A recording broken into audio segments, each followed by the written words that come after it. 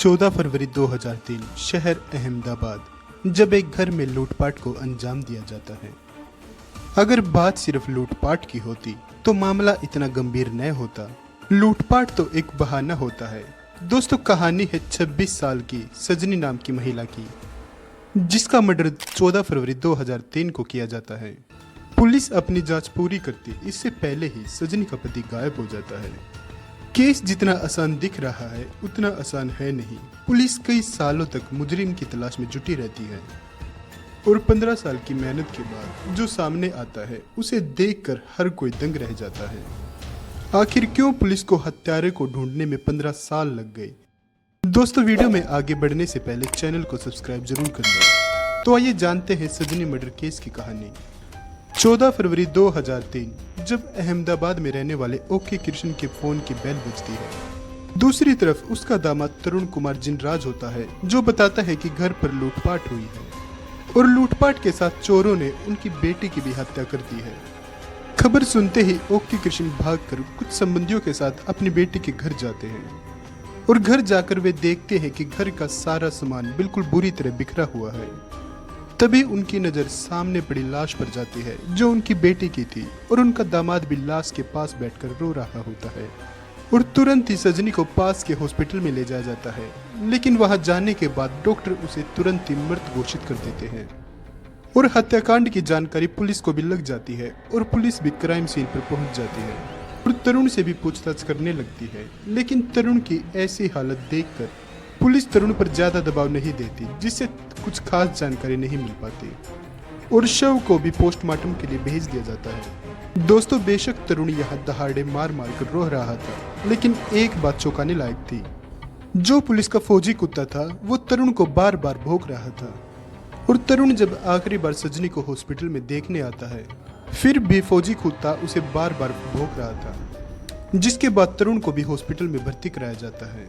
लेकिन अगले दिन तरुण का कोई अता पता नहीं होता, जिससे पुलिस को भी शक हो जाता है हो ना हो मर्डर में तरुण का हाथ जरूर है। जिसके बाद सजनी के पिता भी तरुण के खिलाफ एफआईआर दर्ज करा देते हैं, लेकिन फिर भी काफी दिनों के बाद भी तरुण का कोई अता पता नहीं होता। दोस्तों, जिसके बाद 2006 में फाइल को एक बार फिर से खोला जाता है, लेकिन पुलिस को फिर भी कुछ हाथ नहीं लगता और मामले की जांच डीसीपी दीपक भद्रन के नेतृत्व में की जाती है, जो नए सिरे से केस की जांच शुरू करते हैं। जिसके बाद पुलिस उनके परिवार के मोबाइल की एक एक मेंबर की कॉल डिटेल निकालती है, लेकिन इसका कोई खास फायदा नहीं होता। दोस्तों, जिसके बाद भी पुलिस हार नहीं मानती। पुलिस की नज़र तरुण की मां अनम्मा और उसके भाई पर रहती है और ऐसे ही कई महीने बीत जाते हैं, जिसके बाद पुलिस अपनी जांच का तरीका बदल देती है और वे तरुण की मां के घर पे एक पेन गेस्ट के रूप में रहते हैं।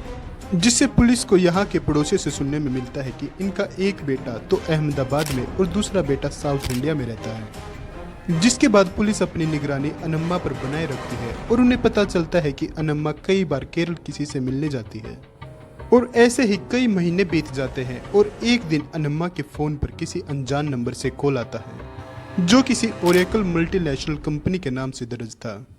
जिसके बाद पुलिस ओरेकल के सभी कर्मचारियों की डिटेल निकालती है, लेकिन उन्हें तरुण नाम का उनमें कोई नहीं मिलता। जिसके बाद पुलिस वेश बदलकर कंपनी के बाहर छानबीन करने लगती है और महीनों की मेहनत आखिर पुलिस के काम आ जाती है, जिससे उन्हें पता चलता है कि तरुण नाम की शक्ल का आदमी इस कंपनी में कई बार देखा गया है। जिसके बाद पुलिस कंपनी वालों से पता करती है और कंपनी कहती है कि वो कोई तरुण नहीं, हमारा एग्जीक्यूटिव मैनेजर है जिसका नाम प्रवीण भटेला है।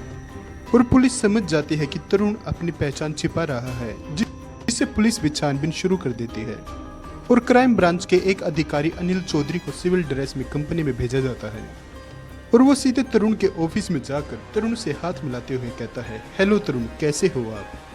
तरुण नाम सुनते ही सामने बैठे आदमी के होश उड़ जाते हैं। इंस्पेक्टर अपनी टीम को भी बुला लेता है और तरुण समझ चुका था कि उसका भांडा फूट चुका है। दोस्तों, तरुण के मन में सिर्फ यही बात चल रही होती है कि आखिर इतने सालों बाद भी पुलिस ने मुझे कैसे ढूंढ लिया। 25 अक्टूबर 2018 तरुण को अदालत में पेश किया जाता है और पूछताछ के बाद पुलिस हिरासत में दे दिया जाता है और धीरे धीरे सभी राज सामने आने लगते हैं। तरुण बताता है कि घर में कोई चोरी नहीं होती, वो तो सजनी के साथ बिल्कुल भी खुश नहीं था।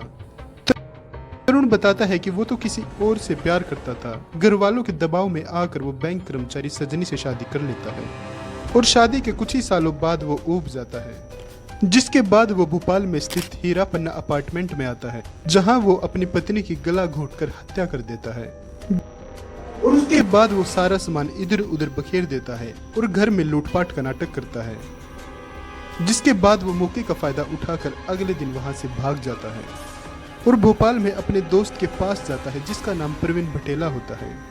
तरुण प्रवीण को बताता है कि उसके बिजनेस में बहुत घाटा हो गया है और उसके पास अब कुछ नहीं बचा। तरुण की ऐसी हालत देख प्रवीण उसे अपने कोचिंग सेंटर में इंग्लिश टीचर रख लेता है, लेकिन यहाँ भी तरुण प्रवीण के साथ धोखा कर देता है और तरुण प्रवीण के सभी डॉक्यूमेंट को एडिट करके उसके फोटो की जगह अपना फोटो लगा लेता है और प्रवीण बटेला के नाम से एक नई पहचान बना लेता है और कुछ ही समय के बाद वो बेंगलुरु चला जाता है, जहां पर उसे ओरेकल इंडिया लिमिटेड कंपनी में एक अच्छी जॉब मिल जाती है और 2012 में उसकी मुलाकात निशा नाम की लड़की से होती है। तरुण निशा को बताता है कि उसके माता पिता और पत्नी की दुर्घटना में मौत हो चुकी है और वो इस दुनिया में अकेला है और निशा भी तरुण की बनाई हुई कहानी पर विश्वास कर लेती है और तरुण से शादी कर लेती है। पुलिस निशा से भी पूछताछ करती है, लेकिन निशा बताती है कि वो तो उसे सिर्फ प्रवीण बटेला के नाम से जानती है। दोस्तों, तरुण के बारे में आपकी क्या राय है, कमेंट बॉक्स में जरूर बताइएगा।